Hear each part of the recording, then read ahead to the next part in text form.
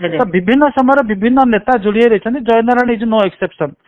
तो सब पश्चिम ओडिशा रो अनेक नेता जितेबाला से पॉलिटिकल ब्रांड वैल्यू रे टिके ह्रास घटे से प्रसंगटा उठेकरी निजर ब्रांड वैल्यू बढ़ाया को चेष्टा करते पॉलिटिक्स रे से प्रॉपर्टी यूज करी परस्पर को डिमोरालाइज करने चेष्टा करती। आज पर्यंत वेस्टर्न ओडिशा डेवलपमेंट काउंसिल 1999 मसीह गठन है।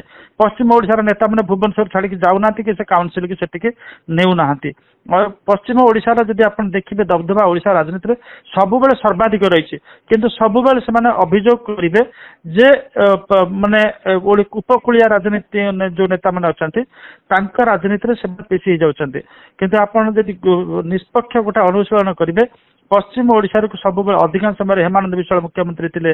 पश्चिम ओडिशा आर.एन. सिंहदेव मुख्यमंत्री थे।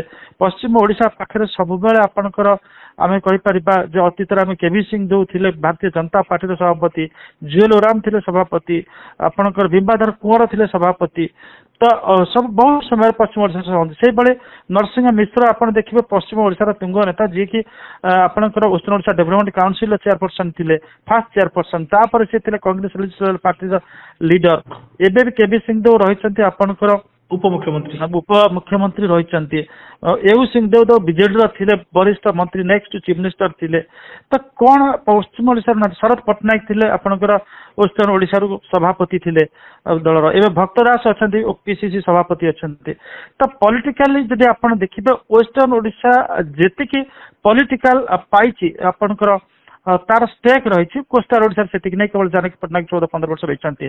नवीन पट्टनायक साउथ ओडिशा को बिलंग कर कोस्टाल ओडिशा परिगणित कर गंजाम तेणुक उपकूल अंचल देखिए से राजनैतिक प्रतिनिधित्व पाइनि आधिपत्य पाइनि जी पश्चिम ओडिशा पाई। तेणुक यही जो वर्तमान समय विगत हो पश्चिम पूर्व उत्तर माने एगुड़ार आलोचना कर अवकाश ना कारण अखंड ओडिशा गठन होती 26टी गणजात अंचल मिशिचंती इनक्लूडिंग जो पश्चिम ओडिशा कथा कहुच्छी आपणकर पाटना जी 1948 मसीह मिशीला।